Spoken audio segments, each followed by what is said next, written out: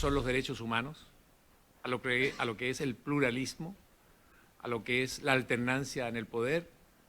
Es una posición, la de Chile, que está inspirada en valores humanistas, plenamente identificados con lo que es la libertad, la democracia. La pregunta que desde luego está en el ambiente es: ¿se aprobará o no una resolución? Yo soy de aquellos que prefieren contar los votos después de que se haya votado. Estamos trabajando en esa dirección. Todos los sectores que de una u otra forma se identifican en América Latina y pertenecen a la OEA, o dentro de nuestro hemisferio pertenecen a la OEA, y que se identifican con lo que es el respeto a los derechos humanos, el derecho internacional, la libertad y la democracia, están trabajando también en ese sentido.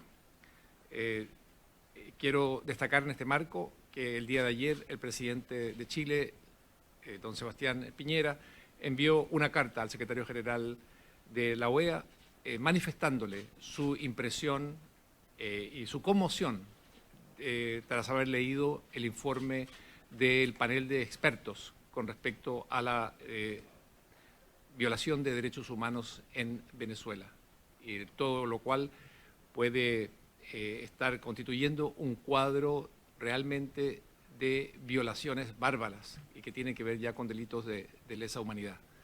En este sentido, el presidente Piñera envió este mensaje con mucha claridad y planteando que es indispensable que se siga adelante con esta investigación y que la OEA envíe este informe a lo que es la Corte Penal Internacional, o mejor dicho, a lo que es la Fiscalía de la Corte Penal Internacional. Muchas gracias. Canciller, si van a la Corte Penal Internacional, se plantea que uno de los presidentes asuma la batuta y lleve el caso para que se acelere, pase del examen preliminar. ¿Es posible que el presidente de Chile ejecute esta acción? Y por otra parte, si ustedes tienen planteado aplicar sanciones económicas contra Venezuela, si se aprueba esta resolución, o en general como una decisión soberana. Sí. Mire, este es un cuadro y una situación que está bastante fluida. Se están desarrollando acontecimientos día a día. Y entonces no es necesario, no es imprescindible que haya un Estado que esté presentando ante la Corte Penal Internacional esta información. Y por lo tanto, esto abre la posibilidad de que los países de América Latina, los países que forman parte del Grupo de Lima, puedan acompañar este proceso. Y es algo que se está conversando con otros cancilleres, precisamente en el día de hoy, en estos días. Nosotros creemos que hay que tener todas las cartas sobre la mesa y ver las posibilidades, la situación cómo se va desarrollando, cómo se va dando. Esto es una situación que va cambiando día a día. Canciller, ¿sí? La oposición venezolana insiste, no la oposición, es parte como del reglamento del procedimiento de la Corte Penal Internacional. Yo no lo quiero corregir ni mucho menos, sí. No, disculpe. Pero sí insisten que el proceso se aceleraría en la Corte Penal Internacional si un presidente en ejercicio es el que toma la decisión de pedir el inicio de esa investigación, y el propio Luis Almagro decía que había 4 países interesados en hacerlo, presumían algunos que era Chile, Argentina, Canadá y el propio Juan Manuel Santos ahora que se retira.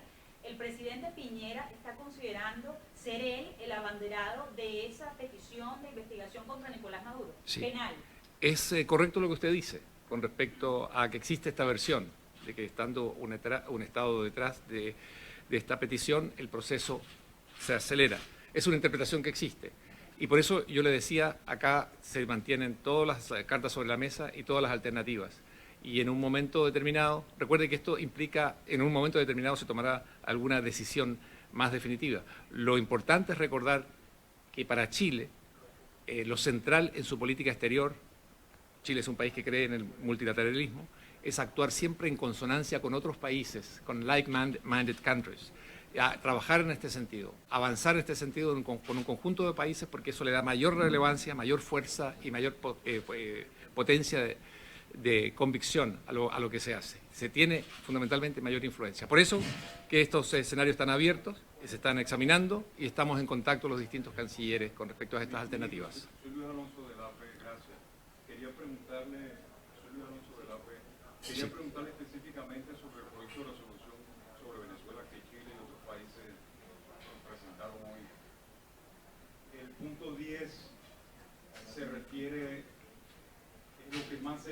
refiere a la posible suspensión, como ha pedido Estados Unidos varias veces.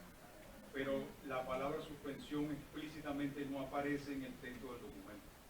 La pregunta es, esa palabra no está, es solo porque no están los 24 votos, por eso que no está la palabra suspensión allí en ese texto. Sí. Dos cosas. A mí me gustaría referirme ya a la versión final que se acerque a lo que sea la misma resolución, en ese sentido, o sea, hacerlo más adelante. Pero lo que yo le diría es que cuando usted logra un acuerdo, es necesario pensar cuán amplio lo quiere y cuántas personas o cuántos países están dispuestos a respaldar ese acuerdo. Y en ese sentido, insisto mucho, el escenario, recuerden, estamos en la primera jornada de este día, se está siendo conversado. Pero si no está la palabra, significa que se podría incorporar de aquí a mañana, esa palabra, porque usted decía que prefería dedicarse a la versión Mire, final. yo preferiría referirme a ya procesos que están terminados o que van ya cerca de haber finalizado, que anticiparme a versiones previas. Sí, todo esto está en movimiento, en desplazamiento. Recuerde que las discusiones en este momento, las versiones, lo que son los planteamientos de los países, hasta el momento van cerca de 7 países que han hablado. Chile todavía no ha hablado, voy a hablar en la sesión de esta tarde. Entonces yo preferiría mantenerlo esto para más adelante y les pido a ustedes la comprensión. Canciller, mi nombre es Rubén Barrera de la Estancia Maternal. Sí. En México, canciller, tenemos un dicho que dice ahogado el niño, tapado el pozo. Y lo traigo a colación porque el ministro venezolano ha insistido un poco ha desestimado esta puja por expulsar a su país de la OEA. En parte, parece ser que tiene algo de razón. O sea, ¿por qué cuando Venezuela decidió dar el paso el año pasado de renunciar a la Carta y poner en marcha este proceso para abandonar la OEA, por qué en el último momento, cuando este país ha decidido abandonar la administración, hay un consenso entre los países para expulsar a Venezuela, suspenderlo del sistema interamericano? Cuando esta fue una demanda que, si mal no recuerdo, se vino dando casi desde el principio de tratado de suspender la situación en ese país. ¿Por qué ahora? Yo le diría que en Chile hay también un dicho que dice que no hay que contar los votos antes de la votación. Entonces, tengamos un poquito de paciencia, estamos cerca del término. O sea, Sí. ¿por qué? ¿Cuál es la lógica detrás de hacer esta puja cuando ya Venezuela tiene un pie fuera de la OEA? Bueno, yo se lo puedo plantear desde el punto de vista de Chile, porque aquí son varios los países que están interviniendo en todo esto. Aquí en la diplomacia son muy importantes las señales que se envían. No necesariamente siempre tienen un impacto práctico, porque hoy lo subrayó también el canciller venezolano, que ellos de todas formas se van de la OEA, ¿no? Entonces, pero hay señales que uno puede enviar y que tienen un peso dentro de lo que es la diplomacia. Y es una señal también que es interpretada por gobiernos, pero también por los movimientos opositores. Y eso es importante.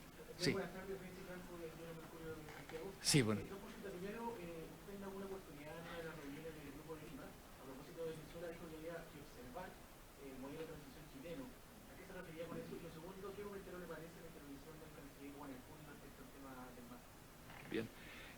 Con respecto a lo segundo, yo esta tarde voy a responder a las palabras emitidas por el señor canciller de Bolivia, Fernando Guanacuni. Lo haré más tarde, después de esta sesión.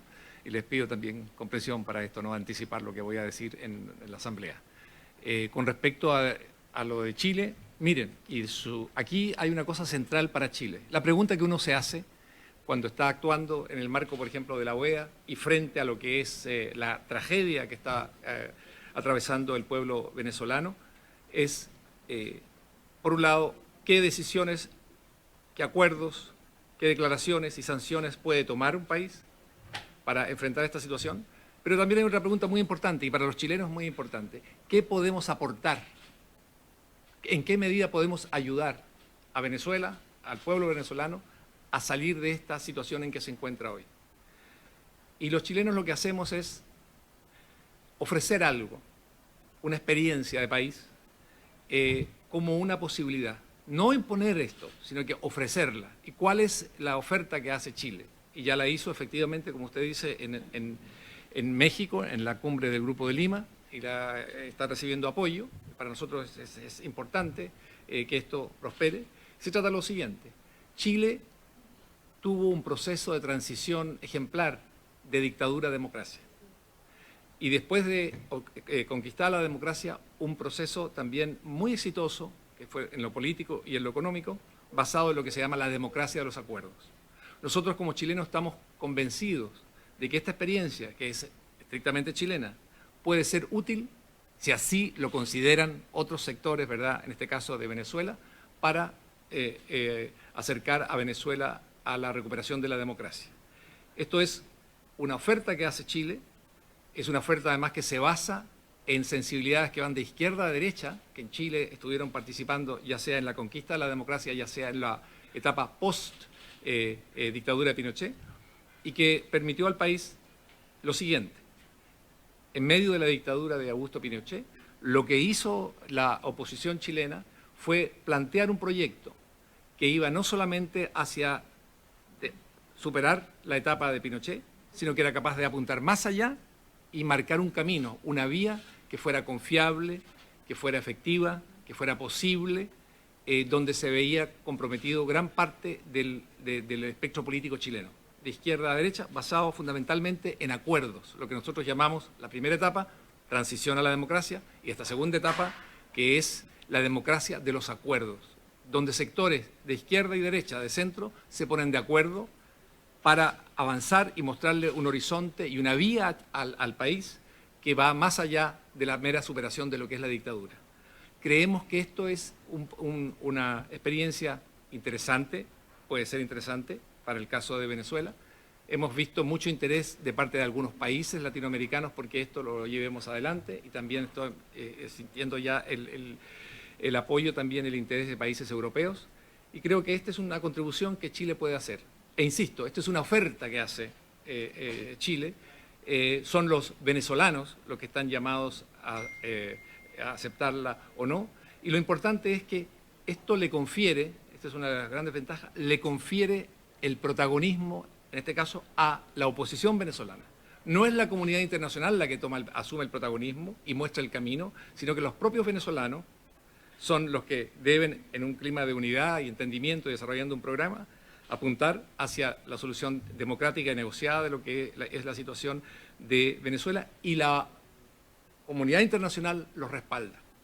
Creo que esto es un elemento muy importante que Chile puede aportar. ¿Cómo podemos ayudar en términos de transición? A través de dar a conocer o compartir nuestra experiencia.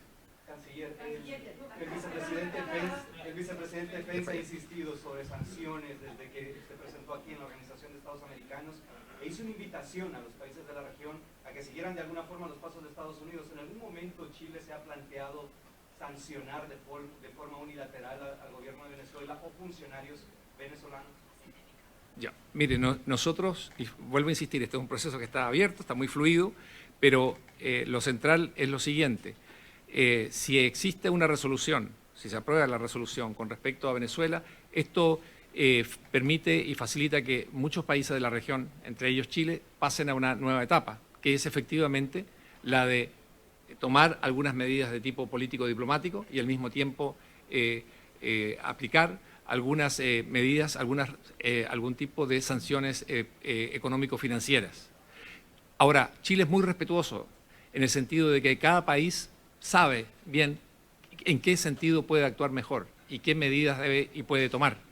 Esto no es una receta que se pueda entregar a todos los países. Para Chile es muy importante el principio de que cada país sabe cuáles son los límites de su acción, sabe hasta dónde puede actuar, sabe además qué tipo de relación tiene con Venezuela, sabe, por ejemplo, cuántos dirigentes del régimen venezolano viven en su país o tienen inversiones en su propio país.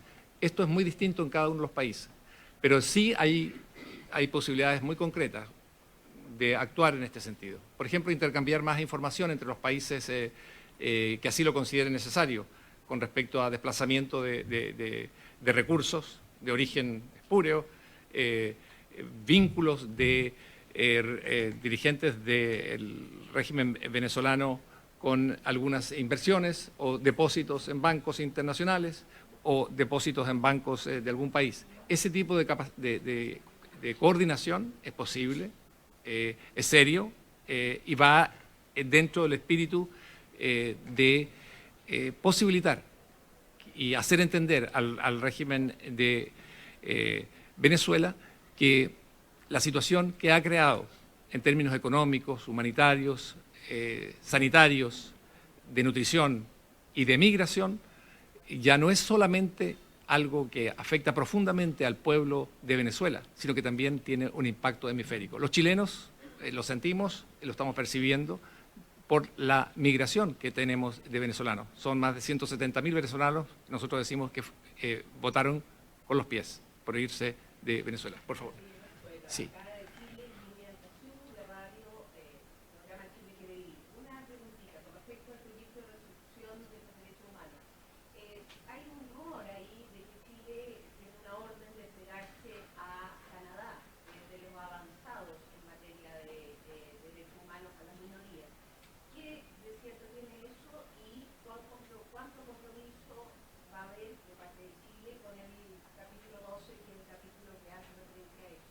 Sí, mire, aquí no hay órdenes.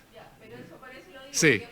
No. Aquí lo que hay son funcionarios en representación de un Estado que se reúnen para abordar los temas y van viendo en qué medida pueden avanzar en un tema y otro. Y por eso yo subrayo mucho esto de la diplomacia, que es algo muy fluido, donde hay muchos intereses, donde hay muchas situaciones que se van, hay que considerarlas, y uno va haciendo acuerdos en la medida en que es posible para uno como país, para el otro como otro país, para un tercero, y en ese sentido los temas se van dando y se van discutiendo. Yo, con respecto a eso, esta tarde me reúno también, todo se ha atrasado un poco, con la canciller Chrystia Freeland de Canadá, para abordar varios temas.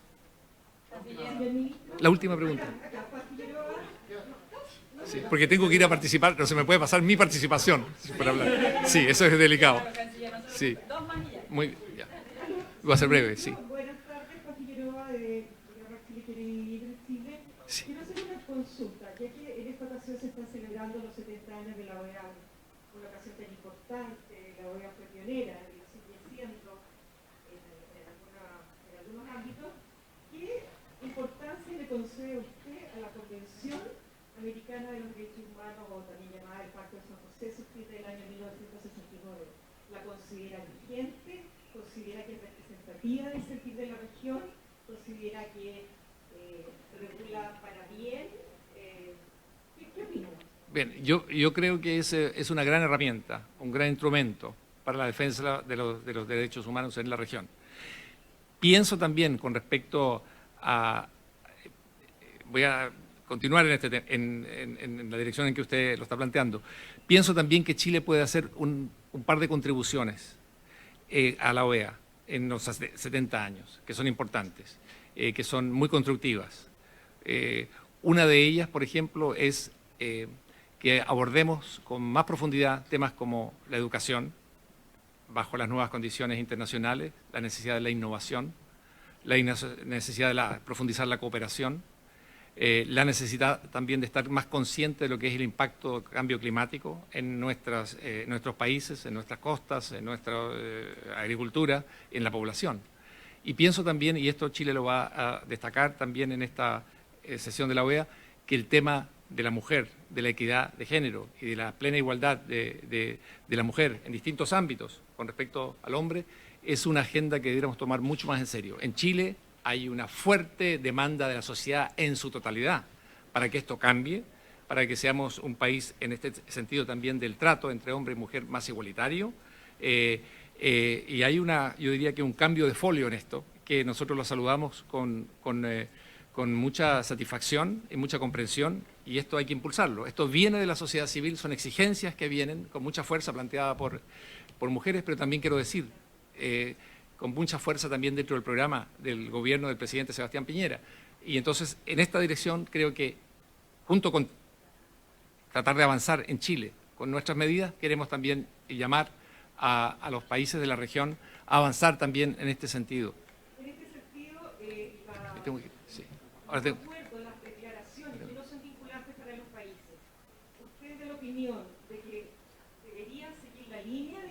Constitución americana o está por reescribir a veces el derecho internacional basándose en estas resoluciones. Se lo digo ¿por qué? Porque ha sido práctica constante en tiempo atrás que se esgrimen estos instrumentos internacionales para modificar los ordenamientos jurídicos internos de los países. Y aquí hay un problema bastante grave porque está en juego la soberanía nacional y la autodeterminación de los pueblos. Entonces, ¿cómo se maneja eso? ¿No es cierto? La presión social, la presión internacional, de que queremos cambiar todo, queremos hacer como el gran continente, este registro civil para todo, con los datos, compartir. ¿Cómo se maneja eso con nuestra independencia como país soberano, que luchamos por ser independiente y ahora qué va a pasar? Sí, ¿Ah? sí. Mire, yo voy a ser muy breve porque realmente me tengo que retirar, pero quiero decirle que cuando se trabaja a nivel, por ejemplo, continental, y eso también ocurre en Europa, ¿verdad? Uno sabe y se da cuenta que hay distintas velocidades en cada país. Y dentro de ese marco, conscientes de que hay distintas velocidades y disposiciones, es que uno busca acuerdos y avanza en los acuerdos. No es una voluntad la que se impone, hay que ver y llegar a consenso. Muchas gracias, disculpen.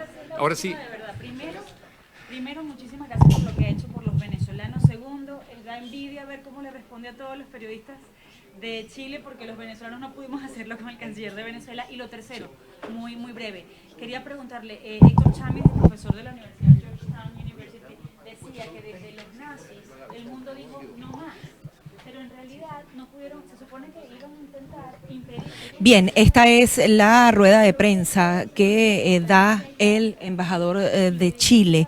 Muy importante lo que ha dicho. Él ha asegurado que si se toma una resolución por parte de la Organización de Estados Americanos, al menos Chile va a tomar otro nivel. Van a asumir sanciones políticas, diplomáticas, económicas y financieras si se llegase a tomar esta resolución. Él ha dicho que el gobierno de Chile no cree en decisiones unilaterales, por ejemplo, que el presidente de Chile en este instante acuda a la Corte Penal para denunciar a Venezuela. Él asegura que debe haber un consenso en este tipo de organismos para ellos justamente pasar a otro nivel, y así lo ha reconocido. Dice que si se toma esta resolución pareciera que no es una decisión práctica, pero a la vez sí lo es, porque naciones como Chile justamente comenzarían a ejecutar este nuevo nivel de sanciones en contra del gobierno de Venezuela, que justamente podrían entonces acarrear lo que serían los intercambios comerciales, por ejemplo, entre Chile y Venezuela. Él también señalaba algo importante. Él aseguraba que si se daba esta resolución en la Organización de Estados Americanos, también habría un concierto de países que estarían pasándose información vital sobre el manejo del dinero en el ámbito internacional, algo que también sería muy delicado y que justamente tuviera relación directa con los funcionarios venezolanos incursos en delitos de corrupción o crímenes de lesa humanidad.